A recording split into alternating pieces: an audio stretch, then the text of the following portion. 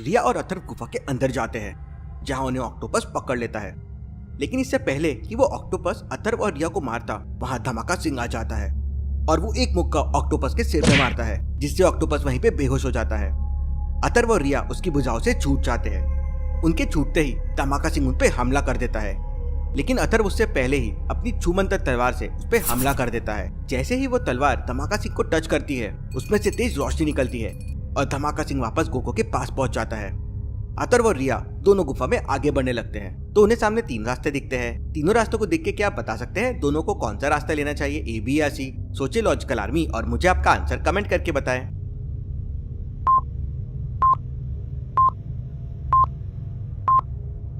ए में से ना कोई मछली आ रही है ना कोई जा रही है, बी में बस जा रही है, मतलब आगे रास्ता होगा या नहीं कह नहीं सकते। लेकिन सी से देखिए, मछली जा भी रही है और आ भी रही है, मतलब सी रास्ता सही होगा।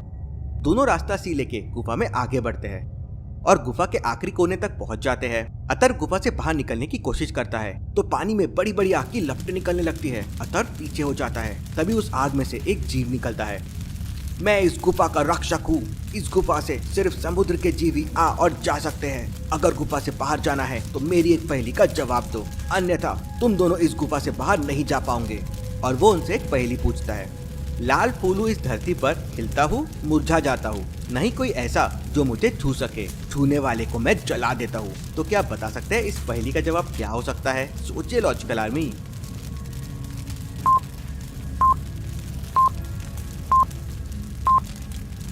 अथर्व तुरंत इसका जवाब दे देता है, इसका जवाब फूल नहीं बल्कि आग है।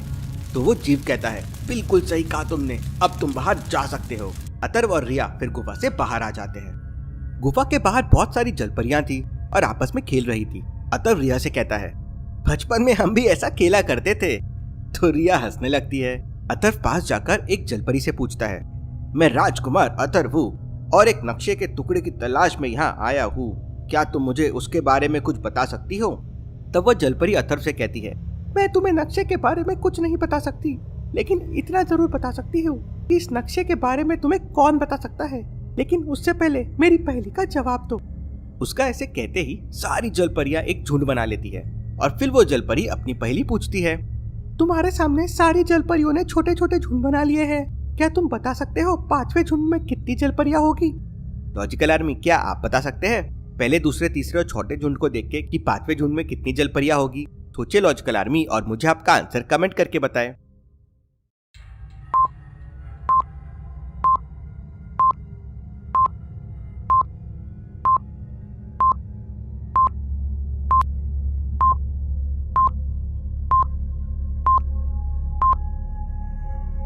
पहले झुंड में 10 जलपरी है, दूसरे में 9 मतलब 1 कम, तीसरे में 7 है मतलब 2 कम और चौथे में 4 है मतलब 3 कम। तो 5वें में 4 कम होगी और 4 से 4 कम मतलब 0 जलपरी। अथर्व का जवाब दे देता है तो वो जलपरी अथर्व को समुद्र दुनिया के सबसे पुराने और बूढ़े कछुए अंडुमल के बारे में बताती है। अथर्व और रिया वहां से निकल पड़ते हैं और अंडुमल की तलाश में समुद्र के बीचों बीच पहुंच जाते हैं। अंडुमल का घर एक गुफा के अंदर था जो समुद्री दुनिया के बिल्कुल बीचों बीच था। रिया और अथर्व को वो गुफा दिख जाती है और वो समझ जाते हैं कि अंडुमल इसी गुफा में रहता है, क्योंकि गुफा के बाहर 10-10 फीट ऊंचे 2 कछुए पहरा दे रहे थे। अथर्व और रिया उस गुफा के पास पहुंच जाते हैं। तब उनसे एक कछुआ कहता है, कौन हो तुम लोग और कछुए के राजा अंडुमल की गुफा के पास क्या कर रहे हो? तब अथर्व कहता है, मैं आलिस्तान का राजकुमार अथर्व हूँ और कछुए राजा अंडुमल से मिलना चाहता हूँ। तब वो बड़ा कछुआ कहता है, अंदर जाने के लिए तुम्हें हमारी एक पहेली का जवाब देना होगा। और वो उससे एक पहेली पूछता है, रात कटे तो मैं आ जाऊं, दिन जाए तो मैं चला जाऊं, हर रोज यहाँ से मैं ढलता हूँ, मैं भी कछुए जैसा चलता हूँ। तो क्या आप बता सकते हैं इस पहेली का जवाब क्या होगा? सोचिए लॉजिकल आर्मी और मुझे आपका आंसर कमेंट करके बताएं।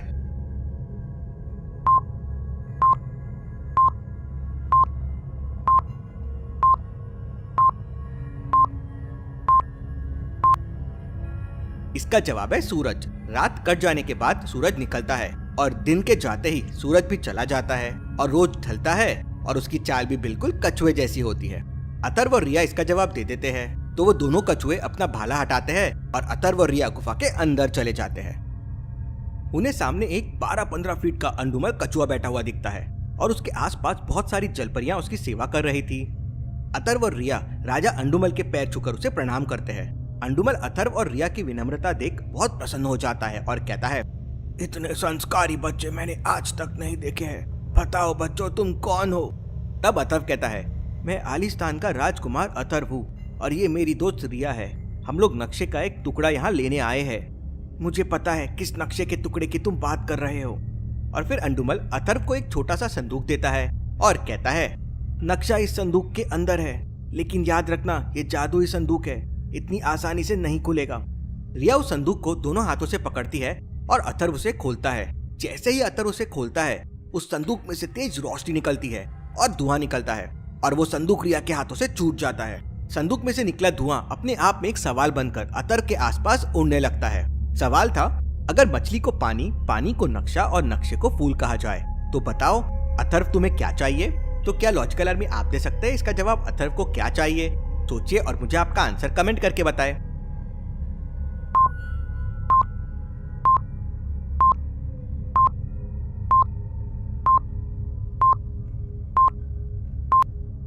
अथर्व को तो नक्शा चाहिए, लेकिन सवाल के अनुसार नक्शे को फूल कहा गया है, इसलिए इसका जवाब फूल होगा।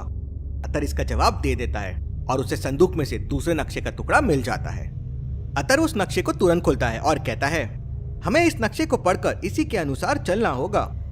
और इसके बाद अथर्व और रिया उस नक्शे वाले रास्ते पर चलकर एक रेगिस्तान के किनारे पर पहुंच जाते हैं। तब अथर्व कहता है, लगता है इस नक्शे का टुकड़ा इसी रेगिस्तान में मिलेगा, जिसकी मदद से हम अगली दुनिया में पहुंच पाएंगे। अथर्व और रिया रेगिस्तान के अंदर चले जाते हैं, लेकिन जैसे ही वो दोनों रेगिस्तान के अंदर जाते हैं, एक धूल का बवंडर उन दोनों को उड़ाकर ले जाता है। काली दुनिया का शैतान गोगो ये सब देख रहा था। वो बहुत गुस्से में आ जाता है। मेरा नाम है पहेली मास्टर गोगो, खेलता हूँ मैं पहेलियों से कोको। गोगो जग्गा को अपने पास बुलाता है और रिया और अथर्व को रोकने के लिए वहाँ भेज देता है। उधर अथर्व और रिया भवंडर में फंसे हुए थे और भवंडर उन्हें उड़ाकर ले जा रहा था। दोनों बहुत कोशिश करते हैं, लेकिन भवंडर से बाहर नहीं आ पा रहे थे। तभी अथर्व अपनी छूमंतर तलवार निकालता है, जिसकी मदद से वो गायब होके भवंडर से बाहर आ सकते हैं। लेकिन रिया अथर्व को रोक लेती है और कहती है, ये नकली भवंडर है, इससे हम आसानी से आजाद हो जाएंगे। क्यों लॉजिकल आर्मी? रिया को ऐसा क्यों लगा कि ये भवंडर नकली है? सोचिए सोचिए।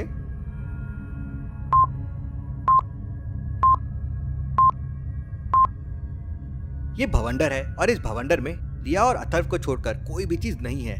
ना ही कोई पत्ते, ना ही कोई स्टोन्स, ना ही कोई कचरा।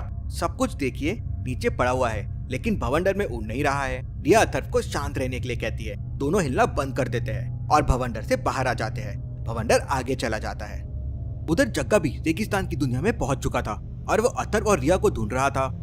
तभी जग्गा को सामने जादुई तालाब दिखता है। उस तालाब का नाम शरबती तालाब था। जग्गा पानी पीने के लिए शरबती तालाब के पास पहुंच जाता है। तभी शरबती तालाब से आवाज आती है, अगर पीना है मेरे जादुई तालाब का मीठा पानी तो देना होगा मेरे सवाल का जवाब। लेकिन जग्गा शरबती तालाब की बात पर ध्यान नहीं देता और पानी पी लेता है। पानी पीते ही जग्गा उसी शरबती तालाब के अंदर डूब जाता है। थोड़ी देर बाद अथर्व और रिया भी शरबती तालाब के पास पहुंच जाते हैं और जैसे ही वो पानी पीने लगते हैं, शरबती तालाब से आवाज आती है, अगर पीना है मेरे तालाब का मीठा पानी तो देना होगा मेरे सवाल का जवाब। अथर्व और रिया पानी नहीं पीते और रुक जाते हैं और तालाब उनसे एक सवाल पूछता है, मैं हूँ एक ऐसा अक्षर जो हर बार गलत लिखा जाता हूँ, पढ़ने वाले भी मुझे हर बार गलत पढ़ते हैं, बताओ मैं कौन हूँ? तो क्या आप इस सवाल का उत्तर दे सकते हैं लॉजिकल आर्मी? सोचिए सोचिए।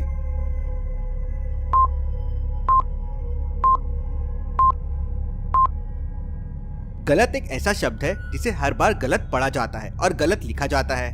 अथर्व इसका उत्तर दे देता है और वो दोनों उस शरबती तालाब का मीठा पानी पी लेते हैं। जग्गा उस शरबती तालाब के अंदर डूब चुका है। क्या वो इससे बाहर आ पाएगा? और क्या होगा आगे रिया और अथर्व के साथ? देखते हैं हम अगले एपिसोड में। आप बेल आइकन प्रेस करके तैयार रहे। Thank you.